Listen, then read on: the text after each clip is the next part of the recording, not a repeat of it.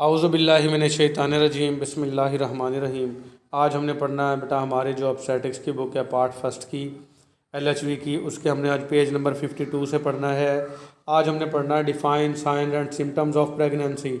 जो हमल हो जाएगा उसके अलामात क्या हैं। ये तो आम से अलामात हैं बेटा, उल्टियाँ आती हैं और हल्की फुल्की हो सकता है ब्लीडिंग भी हो, और मज़ीद अलामात क्या होती हैं, और सबसे मेन अलामत क्या है कि मेंसेस आना बंद हो जाएंगे, तो ये अलामत है। और मज़ीद कौन कौन सी हैं वो देखते हैं हम बेटा। In the first trimester of pregnancy, first trimester कहते हैं पहले 3 माह। ये 3 ट्राइमेस्टर बना रखे हैं बेटा, पहले 3 माह का पहला ट्राइमेस्टर, फर्स्ट ट्राइमेस्टर दूसरे 3 माह का, सेकंड ट्राइमेस्टर और लास्ट वाले 3 माह का थर्ड ट्राइमेस्टर है। तो पहला ट्राइमेस्टर यानी पहले 3 माह जो है प्रेगनेंसी के हमल के, the first time of pregnancy, जो पहली अलामत है हमल होने की, इज़ मोस्ट ऑफन, जो आम कामन है, is missed a menstrual period, कि उसके मेंसेस बंद हो जाएंगे, मिस हो जाएंगे। Also include feeling of breast swelling, और उसको ऐसे लगेगा कि उसकी छातियाँ जो हैं, ब्रेस्ट जो हैं वो सूज गई हैं, स्वेलिंग का मतलब सूज जाना, एंड टेंडरनेस, और उनमें अकड़ाव आ गया है, सख्ती आ गई है, एंड ऑफ नोज़िया, और उसको उल्टी आएगी, उल्टी आने की कैफियत। नोज़िया क्या होता है? उल्टी आने की कैफियत। एंड समटाइम्स विद वोमिटिंग, और अक्सर औक़ात कैफियत के साथ साथ उल्टी आ भी जाएगी। तो ये क्या होंगी? अलामात बेटा प्रेगनेंसी की। माइनर डिसऑर्डर ऑफ प्रेगनेंसी, जो छोटी मोटी खराबियां हैं प्रेगनेंसी के साथ, वो कौन कौन सी हैं बेटा? मोस्ट ऑफ एलिमेंट्स, बहुत थोड़ी बहुत जो बीमारियां हैं, यानी इसको आप चैलेंजेस कह सकते हैं बेटा, ठीक है, कुछ ना कुछ उसको बर्दाश्त करना पड़ता है औरत को।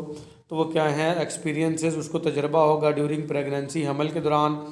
आई आर यूजली टेम्परेरी, जो आमतौर पर आर्ज ही होती हैं ये challenges. And cause by hormonal changes, और ये किस वजह से होती हैं? हार्मोनल तब्दीलियों की वजह से होती हैं। वेरिकॉस वेंस, इसमें पहला क्या है? वेरिकॉस वेंस एंड हेमरॉइड्स है बेटा। वेरिकॉस वेंस मैं दिखाता हूँ आपको।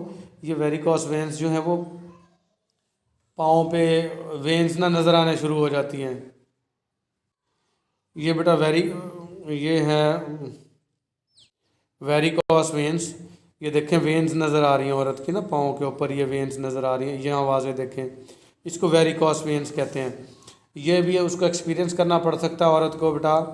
प्रेगनेंसी के बाद किसी किसी को ये अलामात भी ज़ाहिर हो सकती हैं।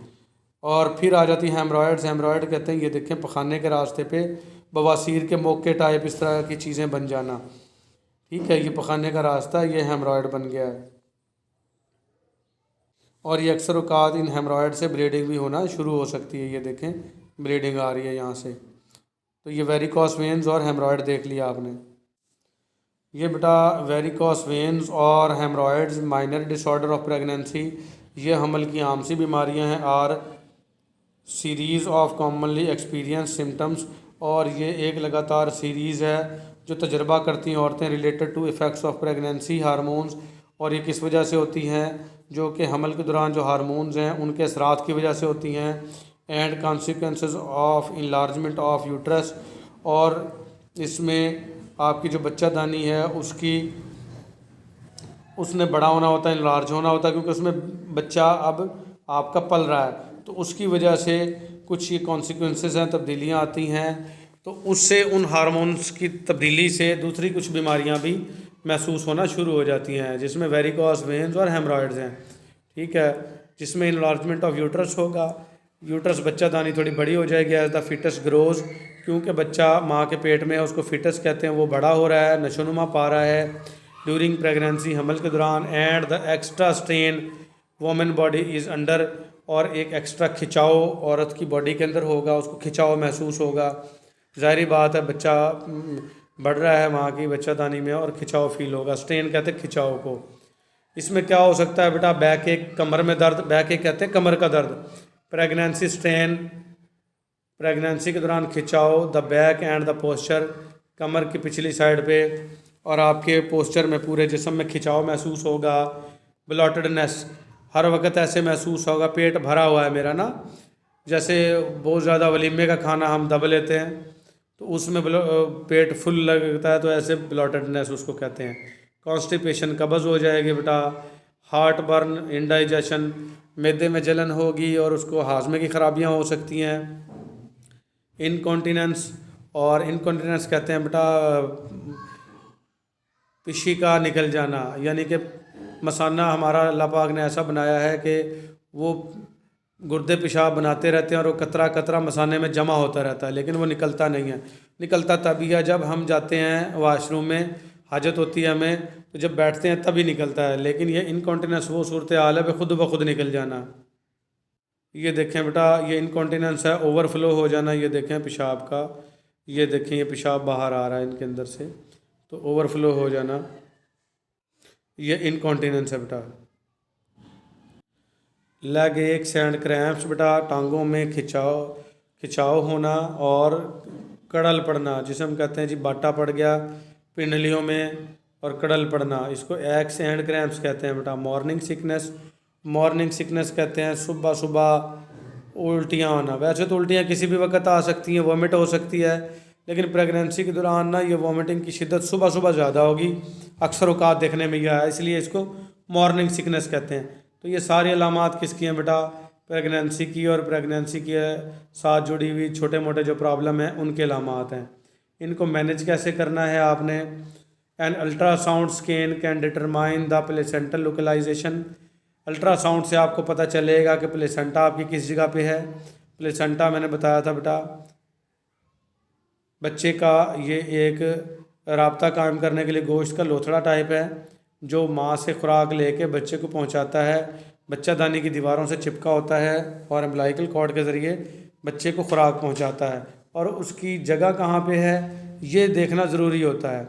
एंड आइडेंटिफाई, और ये शनाख्त करना any degree of concealed bleeding, और ये कंसील्ड जो ब्लीडिंग हो रही है थोड़ी बहुत, उसकी डिग्री कितनी ज़्यादा ब्लीडिंग हो रही है, कम हो रही है, अल्ट्रासाउंड स्कैन करना। मैं दिखाता हूँ बेटा प्लेसेंटा की लोकलाइजेशन। ये देखिए मैंने पिछले कई सारे लेक्चर में दिखा चुका हूँ बेटा, ये पिक्चर आपको, ये प्लेसेंटा, ये गोश्त का लोटड़ा, ये माँ की बच्चा दानी से चिपका हुआ है और ये अम्बिलाइकल कॉर्ड के ज़रिए बच्चे को खुराक पहुँचा रहा है। और ये एक साइड पे होता है बेटा, ये बच्चे का हेड है, ये पैदाइश का रास्ता है, यहाँ से इसने डिलीवर होना है बच्चे ने, तो ये नॉर्मल है। लेकिन कभी कभार ये प्लेसेंटा जो है ना अपनी जगह से, नॉर्मल जगह से ना कहीं और होती है, जैसा कि इस पिक्चर में। इसको कहते हैं प्लेसेंटा प्रीविया, यानी प्लेसेंटा का पहले होना। ये देखना है आपने अल्ट्रासाउंड से। ये देखें बेटा, इसकी कई सारी पोजीशन हो सकती हैं। ये देखें, ये नॉर्मल है, ये ऊपर है प्लेसेंटा, ये बिल्कुल पैदाइश के रास्ते के आगे आ गई है। ये टोटल प्लेसेंटा प्रीविया इसको कहेंगे। फिर एक और कंडीशन है, इसको कहते हैं पार्शल प्लेसेंटा प्रीविया। ये थोड़ी साइड पे तो है लेकिन फिर भी थोड़ी सी पैदाइश के रास्ते के स्टार्ट में है। और ये मार्जिनल है, तीसरी कंडीशन इसकी, इसने थोड़ा सा मार्जिन बचाया हुआ है पैदाइश के रास्ते के करीब, ये आपकी प्लेसेंटा है। तो ये पोजीशन देखनी है किससे? अल्ट्रासाउंड से। फिर इसमें देखना बेटा फीटल कंडीशन, बच्चे की सूरत हाल कैसी है। फीटस उसको कहते हैं जो बच्चा माँ के पेट में, उसको फीटस कहेंगे। उसकी कंडीशन देखनी है, शुड बी असेस्ड। इसका मुआयना करना आपने by continuous monitoring of the foetal heart. आपने लगातार बच्चे के दिल की धड़कन मॉनिटर करते रहना है वाइल ब्लीडिंग परसिस्ट, जब ब्लीडिंग शुरू हो जाती है। If women is not in labour, जब औरत को दर्द ना हो, and the gestation is less than 37 week, और हमल का दौरानिया 37 हफ्ते से कम हो। गेस्टेशन बेटा प्रेगनेंसी का दूसरा लफ्ज़ है, 37 हफ्ते से कम हो।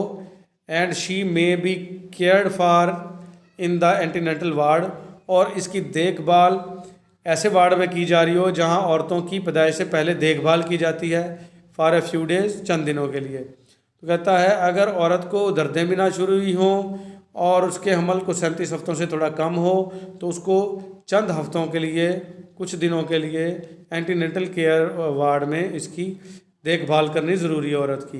Women who have pass the 37th week of pregnancy, वो औरत जो 37वां हफ्ता जो हमल का है वो गुजर चुका है। बेटा 40 हफ्तों की प्रेगनेंसी होती है वैसे टोटल तकरीबन। May be afford induction of the labour, इसको आप इंडक्शन ऑफ लेबर करवा सकते हो, यानी अब दर्द मसनूई शुरू करवा सकते हैं। बेटा ऑक्सीटोसिन का इंजेक्शन पीटोसिन ड्रिप में डाल के दे सकते हैं, जिससे मसनूई दर्दें शुरू हो सकती हैं।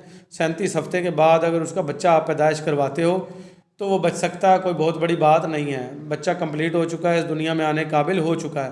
तो अगर उसको कुछ पेचीदगियाँ हैं तो आप 37 हफ्ते के बाद 38वें हफ्ते डिलीवर करवा सकते हो।